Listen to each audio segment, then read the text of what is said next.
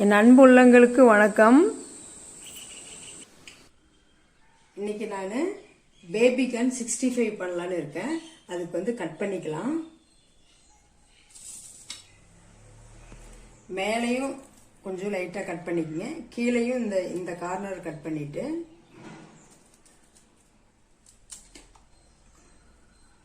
இதை ரெண்டாக கட் பண்ணிக்கங்க. இன்னும் தேவையான அளவு இப்படி கட் பண்ணிக்கலாம் நீட்டாக. அதெல்லாம் கட் பண்ணிட்டு காட்டுறேன்.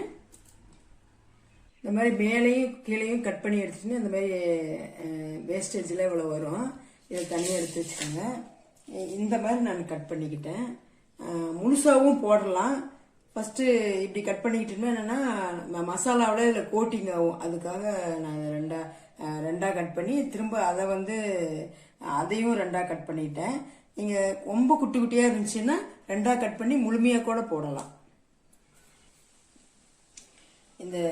இந்த கானுக்கு நம்ம ஃபஸ்ட்டு சிக்கன் 65 மசாலா தூள், அப்புறம் வரமிளகாத்தூள் ஒரு அரை ஸ்பூன் போட்டிருக்கிறேன். காரம் எப்படியோ அதுக்கு தகுந்த மாதிரி நீங்கள் போட்டுக்கோங்க. அப்புறம் மிளகுத்தூள் அரை ஸ்பூன் போட்டிருக்கேன். மஞ்சத்தூள் ஒரு ஸ்பூன் போட்டிருக்கேன். சாம்பார் மிளகாய் தூள் ஒரு அரை ஸ்பூன் போட்டிருக்கேன். உப்பு ஒரு 1.5 டீஸ்பூன் போட்டிருக்கிறேன். அப்புறம் இஞ்சி பூண்டு பேஸ்ட் கொஞ்சம், ஜீரகத்தூள் ஒரு ஸ்பூன் ஆகிற மாதிரி வச்சிருக்கேன். அப்புறம் மாவு ஐட்டத்தில் பச்சரிசி மாவு 2 ஸ்பூன், கார்ன்ஃப்ளவர் மாவு 2 ஸ்பூன், கடலை மாவு 4 ஸ்பூன், அப்புறம் எலுமிச்சம்பழம் ஒரு அரை எலுமிச்சம்பழம். இதெல்லாம் நம்ம போட்டு மிக்ஸ் பண்ணி நான் காட்டுறேன்.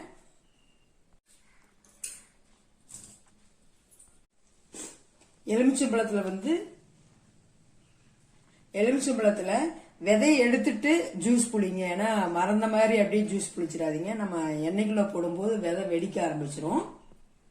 இதுல நம்ம ஃபுட் கலரும் ஆட் பண்ணலாம். நான் ஃபுட் கலர் ஆட் பண்ணல. நான் மஞ்சள் தூள்லாம் போட்டிருக்கிறேன். அதனால அந்த கலரே எனக்கு போதுன்னு விட்டுட்டேன். நீங்க கரெக்டா அளவு தண்ணி தெளிச்சு நல்லா கலந்துக்கோங்க. இந்த மாதிரி இந்த கன்சிஸ்டன்சி கலந்துக்கோங்க. ஏன்னா கார்ன்ஃப்ளவர் மாலாம் போட்டிருக்கிறோம் எல்லாமே கொஞ்சம் அப்படியே கட்டியா கொஞ்சம் திக்னஸ் ஆகும்.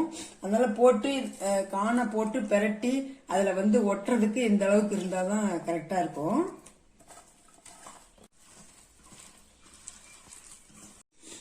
இந்த மாதிரி நல்லா ஊருட்டுங்க. அதுல இது ஒரு 1/4 மணி நேரம் அப்படியே விட்டுருங்க. 1/4 மணி நேரத்துக்கு அப்புறம் தான் எண்ணெயில போட்டு பொரிக்கணும்.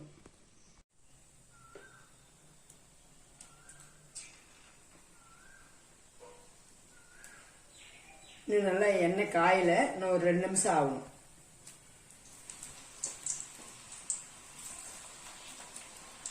இது ஒரு 2 எடுத்து போடுங்க.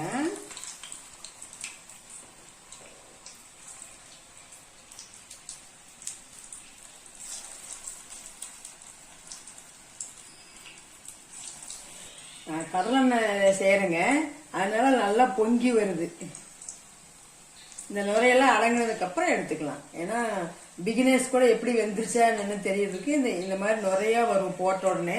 இது கொஞ்சம் இந்த நுரையெல்லாம் கொஞ்சம் அடங்கினதுக்கு அப்புறம் பலகாரம் மேல வந்துடும், மிதங்கும். அப்பவே நம்ம தெரிஞ்சுக்கலாம் நம்ம வெந்துருச்சு அப்படின்னு கண்டுபிடிச்சிடலாம்.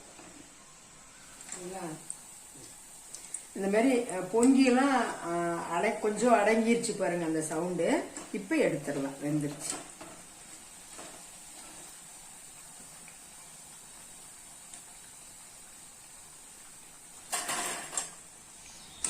இந்த மாதிரி நான் சொன்ன டிப்ஸை ஃபாலோ பண்ணி இந்த மாதிரி செஞ்சு பாருங்க.